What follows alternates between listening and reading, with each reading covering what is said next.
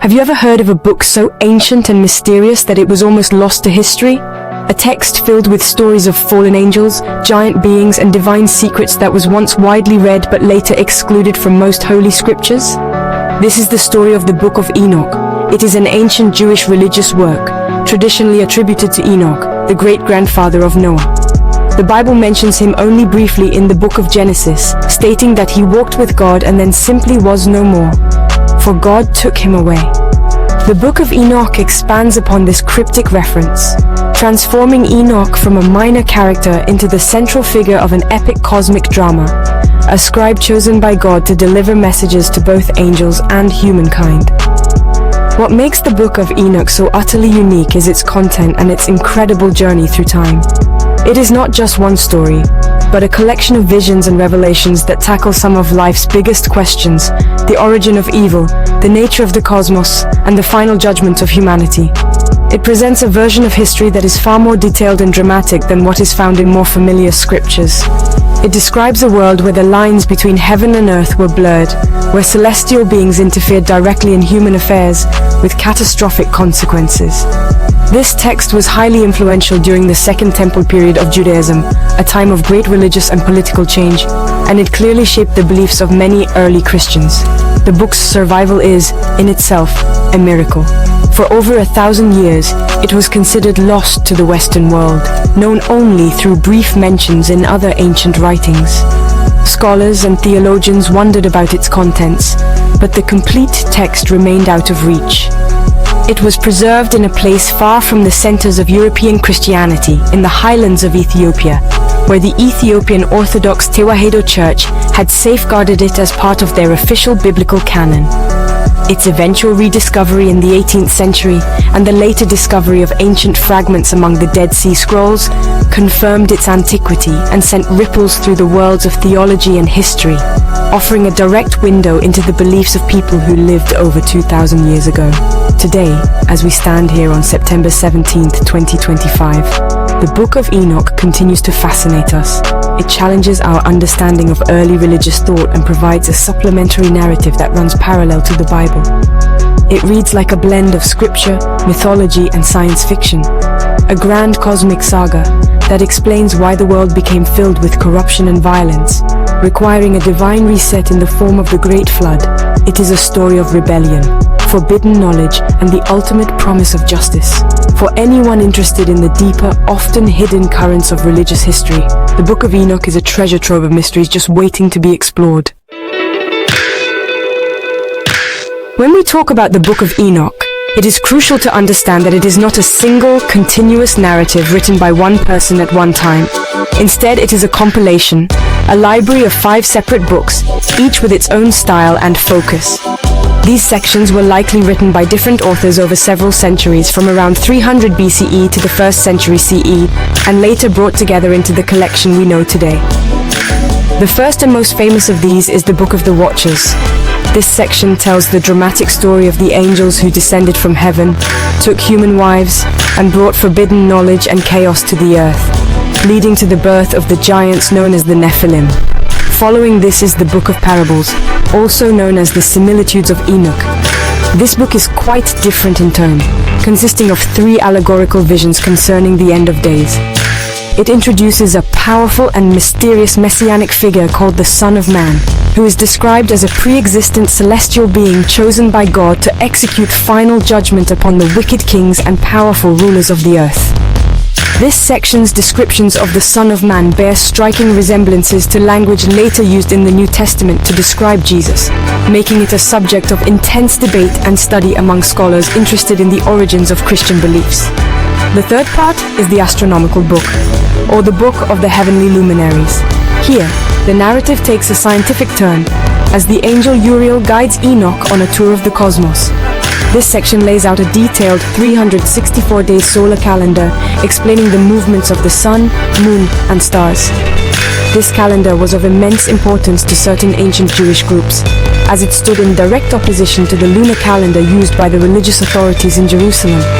For its followers, adhering to this specific calendar was not just about timekeeping, it was a matter of divine law, ensuring that religious festivals were celebrated on the correct, God-given days. The final two parts round out the collection with history and moral guidance. The Book of Dream Visions presents an allegorical history of the world, from creation all the way to the final judgment. In these visions, the various nations and key figures of Israel's history are represented by different types of animals, creating a symbolic panorama of conflict and redemption. Lastly, the Epistle of Enoch serves as a concluding sermon. It contains words of wisdom, warnings to the sinful about the coming judgment, and powerful promises of resurrection and reward for the righteous who have endured suffering. Together, these 5 books form a complex and multifaceted work that covers cosmology, history, prophecy, and ethics. The most famous and influential story within the Book of Enoch is undoubtedly the tale of the Watchers. This narrative begins not on earth, but in the heavens with a group of 200 angels. These beings, known as the Watchers, were assigned to watch over humanity. However, as they observed the world from above, they became consumed with desire for human women. Led by an angel named Samyaza, they made a pact, swearing a binding oath on Mount Hermon to carry out a forbidden plan. They decided to defy God's command, descend to the earth, and take wives for themselves from among the daughters of men, an act that would shatter the barrier between the celestial and terrestrial realms. Their descent marked the beginning of humanity's corruption. The Watchers did not just satisfy their lust, they also began to teach humanity forbidden knowledge, secrets of heaven that mortals were not meant to possess. An angel named Azazel, for example, taught people the art of metallurgy, how to forge swords, knives and shields, which led to an escalation of warfare and violence across the land. He also taught the creation of cosmetics and ornate jewelry, which the book claims led to vanity and promiscuity. Other Watchers revealed secrets of sorcery, astrology, root cutting for magical potions, and the reading of celestial signs, unleashing forces that humanity was not equipped to handle. This transfer of unsanctioned knowledge had a catastrophic effect. The book portrays it not as a gift of enlightenment, but as a poison that accelerated humanity's moral decay. The skills that could have been used for good were immediately turned towards destructive ends. The world, once in a state of relative balance, was plunged into chaos, injustice, and widespread violence. The teachings of the Watchers empowered humanity in all the wrong ways, fostering greed, conflict, and a turning away from divine principles. The earth itself began to suffer under the weight of this newfound wickedness, and the cries of the oppressed and the dying began to reach the heavens. This story of the fallen angels provides a powerful explanation for the origin of evil in the world. Unlike the Genesis story where evil is introduced through human disobedience in the Garden of Eden, the Book of Enoch points to a celestial rebellion as the primary source of corruption. It suggests that evil was not an inherent part of the human condition, but was instead an external influence, a contamination introduced by divine beings who abandoned their sacred duties. This narrative frame shifts the blame, at least partially, from humanity to these rogue angels, painting a picture of a world led astray by powerful, knowledgeable, and ultimately selfish celestial guardians. The direct consequence of the unholy union between the fallen Watchers and human women was the birth of a monstrous new race, the Nephilim. The Book of Enoch describes these offspring as giants of immense stature, towering over ordinary humans. Their creation was a perversion of the natural order, a blending of the divine and the mortal that resulted in beings who possessed none of the sacred duty of their fathers and none of the humble spirit of their mothers. They were creatures of pure appetite, born with an insatiable hunger that would soon bring the entire world to the brink of utter destruction, a physical manifestation of the corruption that had been unleashed. As these giants grew, their voracious appetites quickly overwhelmed the earth's resources. They consumed all the food that humans could produce, devouring crops, livestock, and every provision available. When the toil of humanity could no longer satisfy their hunger, the giants turned their attention to the source of the labor. They began to prey on animals, and then, in a horrifying escalation, they started to devour humans themselves. The world devolved into a place of terror, where people were hunted by the very beings who had been born from their own kin. The Nephilim's endless consumption and brutal violence filled the earth with bloodshed and chaos. The reign of the Nephilim represents the absolute peak of worldly corruption in the Enochian narrative. Their physical presence was a constant, terrifying reminder of the Watchers' sin. They were not just large, they were a force of pure destruction, consuming and destroying without purpose or remorse.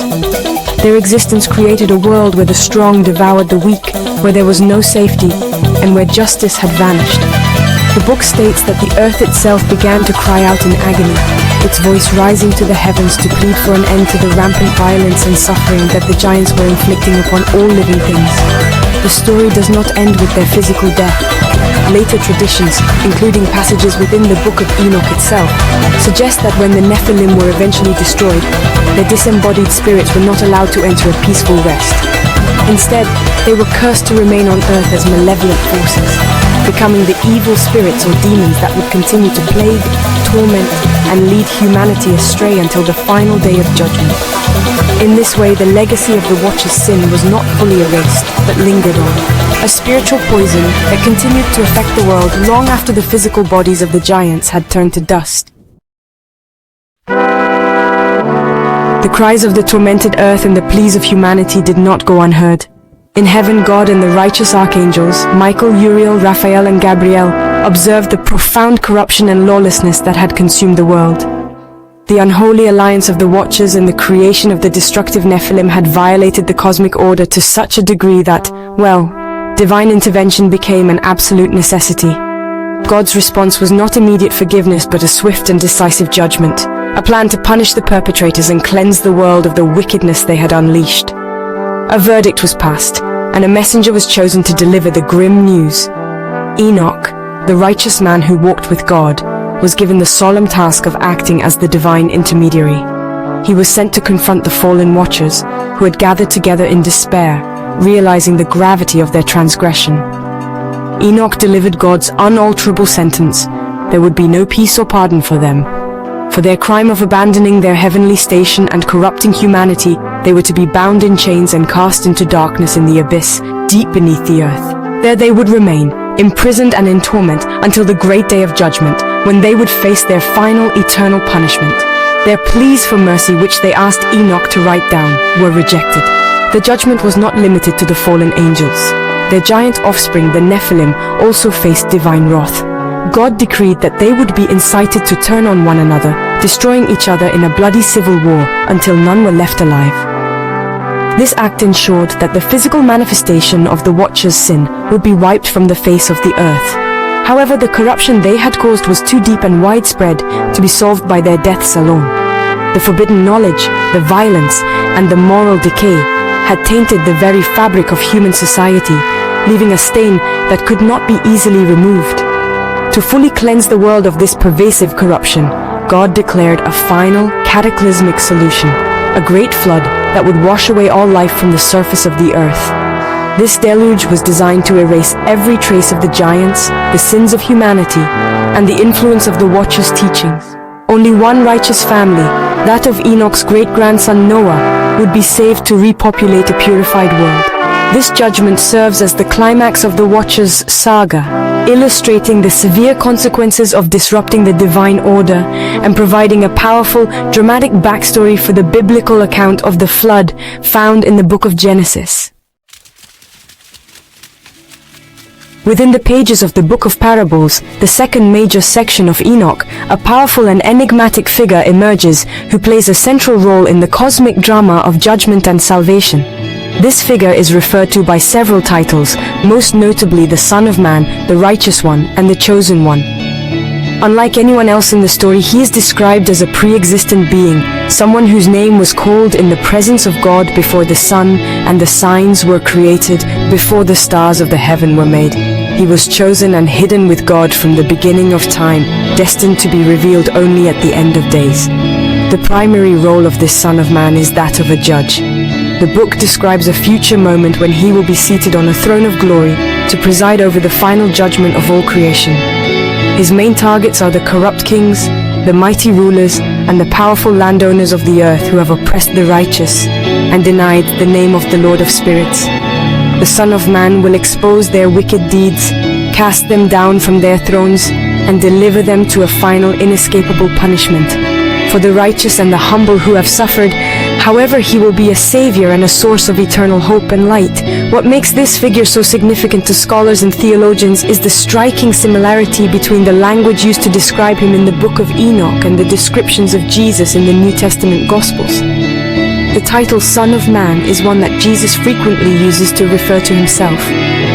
Many of the attributes given to Enoch, Son of Man, his pre-existence, his role as the ultimate judge, his association with light, and his function as a vindicator of the righteous, are all concepts that became central to early Christian theology about Jesus Christ. This has led to extensive debate about the influence of Enoch on the writers of the New Testament, whether the authors of the Gospels directly drew upon the Book of Enoch, or were simply part of a shared cultural and theological environment where these ideas were common. The connection is undeniable. The Son of Man in Enoch provides a fascinating precedent, a figure from Jewish apocalyptic literature that seems to foreshadow the messianic role that Jesus would later be understood to fulfill. He represents a bridge between Jewish eschatology, the study of the end times, and the developing Christology of the early church. This figure shows that the idea of a pre-existent heavenly savior and judge was not an entirely new concept, but had roots in Jewish thought that predated Christianity. Deep within the Book of Enoch lies a section that seems, at first glance, very different from the epic tales of angels and giants. This is the astronomical book, a detailed and complex text that functions as a kind of celestial manual. In this book, Enoch is taken on a guided tour of the heavens by the archangel Uriel, who reveals to him the intricate workings of the cosmos. The central focus of this revelation is a unique solar calendar composed of exactly 364 days. This calendar is meticulously structured, with 12 months of 30 days each, plus 4 special intercalary days added at the end of each quarter to align the year perfectly with the seasons. The significance of this calendar cannot be overstated, as it was at the heart of a major religious dispute during the Second Temple period. The mainstream religious establishment in Jerusalem used a lunar solar calendar, which required periodic adjustments to keep the festivals aligned with the agricultural seasons. The community that revered the Book of Enoch, likely including the Essene-like group at Qumran where the Dead Sea Scrolls were found, saw this as deeply flawed. They believed their 364-day solar calendar was the one true, divinely ordained system. Since the number 364 is perfectly divisible by 7, every date of the year would always fall on the same day of the week, creating a perfectly ordered and predictable cycle. For the followers of the Enochian tradition, using the correct calendar was a matter of cosmic importance. To follow the wrong calendar was to fall out of sync with the divinely appointed times for worship and sacrifice. It meant celebrating holy days like Passover on the wrong dates, which they would have considered a grave sin.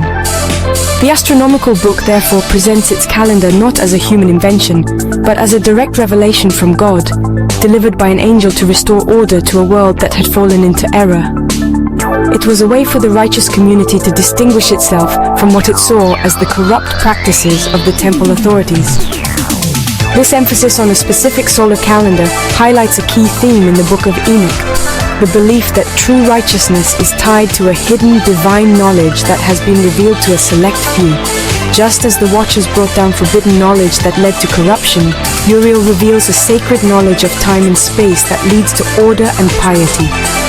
The calendar was a symbol of this divine order, a way to structure life on earth in perfect harmony with the movements of the heavens. It represented a desire to live according to God's perfect design, separate from the flawed and compromised systems of the wider world.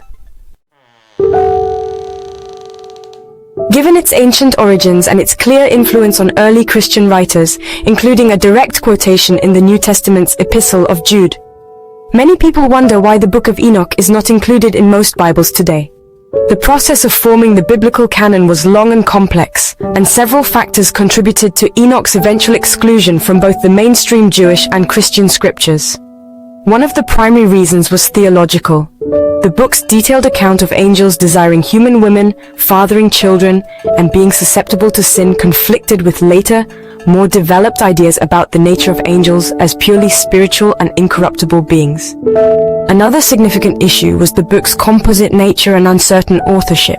While traditionally attributed to Enoch, scholars recognized that it was a collection of different works written over a long period. This made its authority questionable when compared to books believed to have a clearer and more direct line of prophetic or apostolic authorship.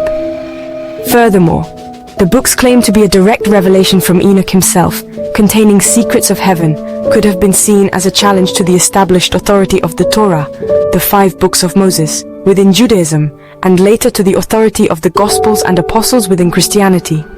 It presented a source of divine knowledge outside the accepted channels. The divisive nature of its content, particularly the solar calendar described in the astronomical book, also played a part.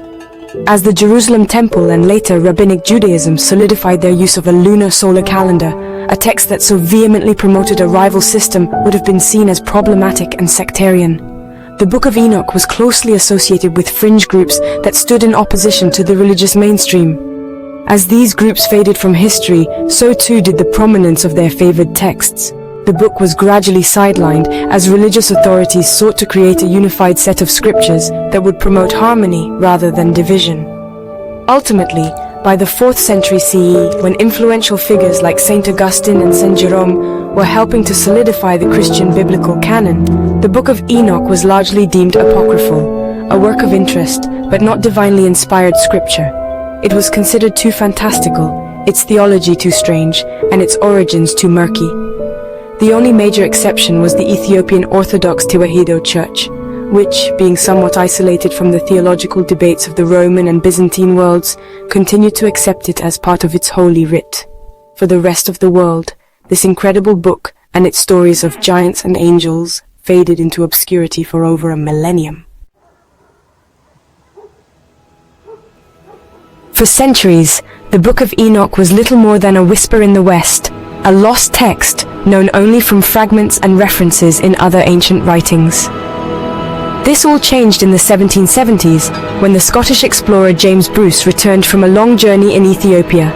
He brought with him something extraordinary: 3 complete manuscripts of the Book of Enoch, written in the ancient Ethiopian language of Ge'ez. This was a monumental discovery. For the first time in over 1,000 years, scholars in Europe could read the entire text. It was translated into English in 1821 by Richard Lawrence, opening the door for the modern world to explore its strange and fascinating contents. The book's ancient origins were dramatically confirmed over a century later with another groundbreaking archaeological find. Between 1947 and the 1950s, fragments of numerous ancient scrolls were discovered in caves near the Dead Sea. Among these Dead Sea Scrolls were multiple copies of the Book of Enoch, written in Aramaic, its likely original language. These fragments dated back to the period between 300 BCE and 100 BCE, proving that the book was not a later creation but was indeed an ancient text that was widely read and highly valued by Jewish communities, including the one at Qumran, long before the time of Jesus and the birth of Christianity. So, why does this ancient, non-canonical book continue to capture our imagination today, on September 17, 2025? Part of its appeal lies in its willingness to fill in the gaps left by more familiar scriptures. It provides answers, however fantastical, to enduring questions about the origin of evil, the fate of fallen angels, and the reasons for the Great Flood. It offers a behind-the-scenes look at the cosmic drama, a kind of extended universe for the biblical narrative that is filled with rich characters, epic conflicts, and mind-bending cosmological tours. It feels both ancient and strangely modern, like a lost piece of a grand puzzle. Ultimately, the Book of Enoch endures because it is a powerful story of cosmic justice. It speaks to a deep human desire to see the wicked punished and the righteous rewarded. It tells of a universe where the cries of the oppressed are heard and where hidden knowledge can lead to either corruption or salvation.